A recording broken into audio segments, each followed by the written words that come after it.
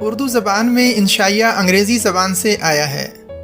اردو انشائیے کا بابا آدم ڈاکٹر وزیر آغا کو کہا جاتا ہے۔ ڈاکٹر وزیر آغا وہ پہلے شخص تھے جنہوں نے تحقیقی مضامین لکھ کر اور تخلیقی انشائیے پیش کر کے زبان اردو میں انشائیے کو ایک الگ نثری صنف کے طور پر باضابطہ انداز میں پیش کیا۔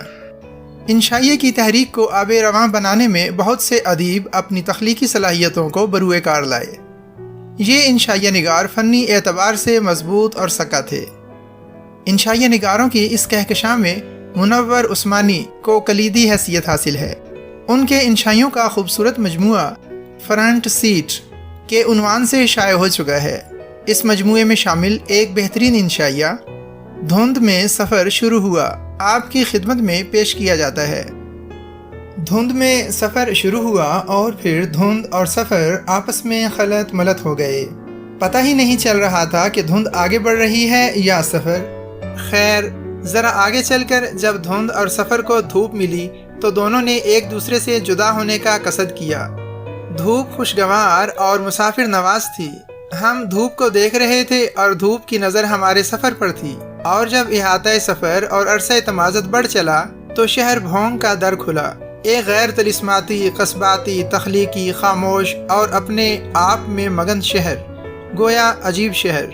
ابھی ہم نے اس شہر کو دیکھا، نہ اس کی خاموشی کو سنا کہ اس کی زمین کو آسمان بنانے والی مسجد ہمارے روبرو آ گئی یا ہم اس کے روبرو آ گئے۔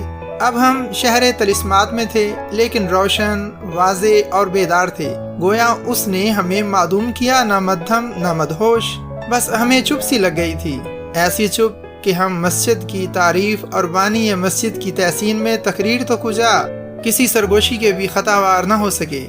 گویا ہم سب بھونگ میں بدل گئے۔ اب معلوم ہوا کہ بھونگ ایسا خاموش کیوں ہے۔ شاید اس مسجد میں تقریریں بھی ہوتی ہوں، لیکن اس کی نزاکت ان کی صلابت کو کیسے برداشت کرتی ہوگی۔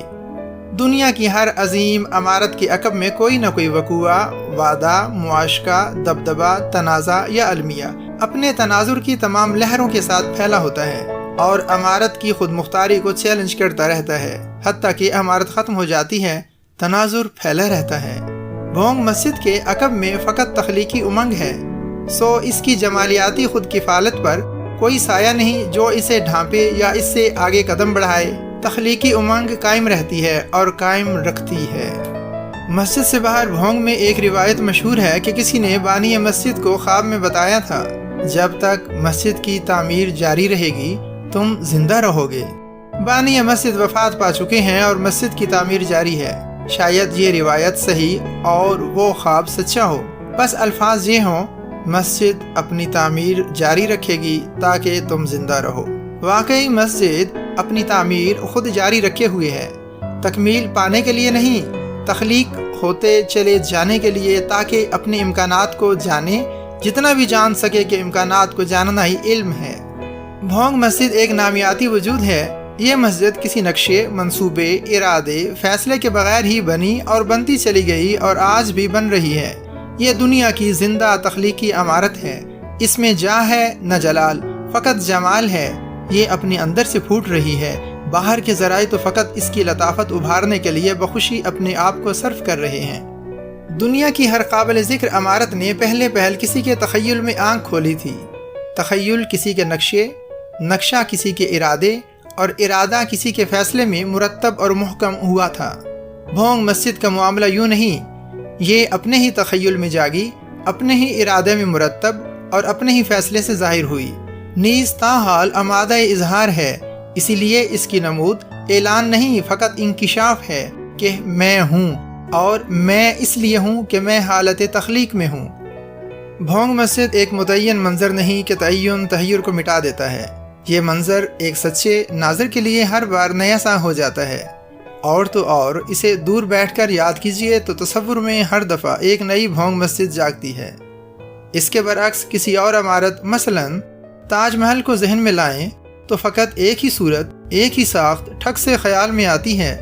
تاج محل کے حوالے سے تو یہ احساس ہوتا ہے کہ ازل سے ایسا ہے اور ابد تک ایسا رہے گا، اور لگتا ہے کہ بننے کے عمل ہی سے نہیں گزرا، بنا بنایا، ترشا ترشایا، منصہ شہود پر آیا ہے۔ بھونگ مسجد کہیں سے بھی حتمی اور قطعی نہیں، کیونکہ یہ ساخت پرست نہیں، ساخت شکن ہے۔ بننے اور بدلنے کے عمل نے اس کے بطن اور متن کو ایک تخلیقی بہاؤ عطا کر رکھا ہے، لہٰذا جب بھی اسے دیکھیں یا پڑھیں ایک نیا مطلع انوار سامنے آ جاتا ہے۔ ہاں، ایک بات عجیب ہے کہ ناظر اپنی نظارت اور قاری اپنی قرأت میں پختہ نہ ہو تو اس مسجد کا متن سادہ کاغذ میں بدل جاتا ہے۔ گو اس سادہ کاغذ کو دیکھ لینا بھی سعادت ہے کہ جب بھی ناظر کی نظر اور قاری کی قرأت روشن ہوتی ہے، اس کے حافظے میں موجود اس سادہ کاغذ سے عبارت و اشارت اور منظر و معنی کے کئی جہان پھوٹ پڑتے ہیں۔ ٹھوس اور ناقابل تغیر نظر آنے والا فن پارہ یا خیال پارہ راستہ نہیں دیتا، وہ اتنا بلند، بھاری اور پھیلا ہوا پہاڑ بن جاتا ہے کہ اس کے سوا کسی کو کچھ نظر نہیں آتا۔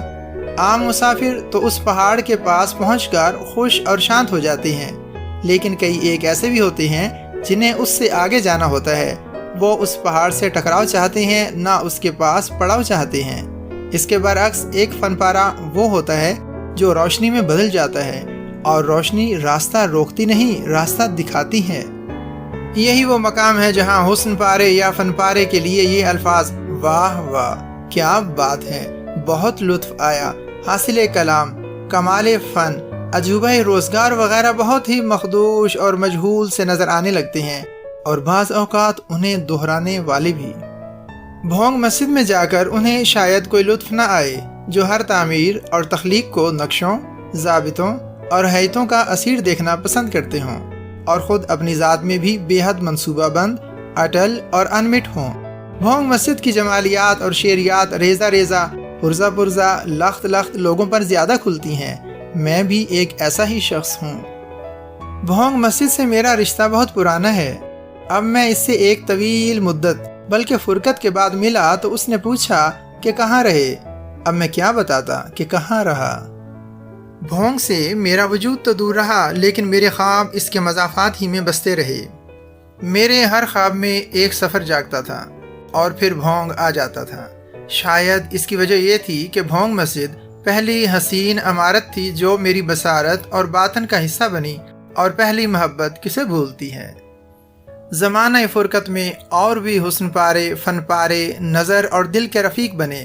اسی زمانے میں مجھ پر منکشف ہوا کہ کچھ فن پارے ایسے ہوتے ہیں جنہیں ہم اپنے آپ میں ضم کر لیتے ہیں، اور کچھ ایسے جو ہمیں اپنے آپ میں ضم کر لیتے ہیں۔ بھونگ مسجد میں یہ دونوں خصوصیات ہیں۔ آج میں بھونگ مسجد کے روبرو ہوں تو عجب دو طرفہ بلکہ سے طرفہ عمل بپا ہے۔ اس عمارت کے سارے جزو میری ذات میں جذب ہو رہے ہیں، اور میرے اندر کی دور افتادہ گوشہ نشیں لہروں سے گھلتے ملتے بہت دور تک چلے گئے ہیں۔ دوسری جانب خود میرا کرچی کرچی، پرچی پرچی اور دھجی دھجی وجود اس مسجد کی دہلیزوں، دیواروں، محرابوں اور اس کے زینوں، گنبدوں، میناروں میں نہایت عجز کے ساتھ ضم ہو رہا ہے۔ میں مرتب صورت میں تو پہلے بھی کہیں نہیں تھا، اور ترتیب کی کوئی صورت تو شاید اب بھی نہ نکلے، لیکن ایک اور صورت نکل آئی ہے۔ میرے وجود کی سب کرچیاں، پرچیاں، دھجیاں، گویا میرے متن کے سب اقتباسات اب پڑھے جا رہے ہیں۔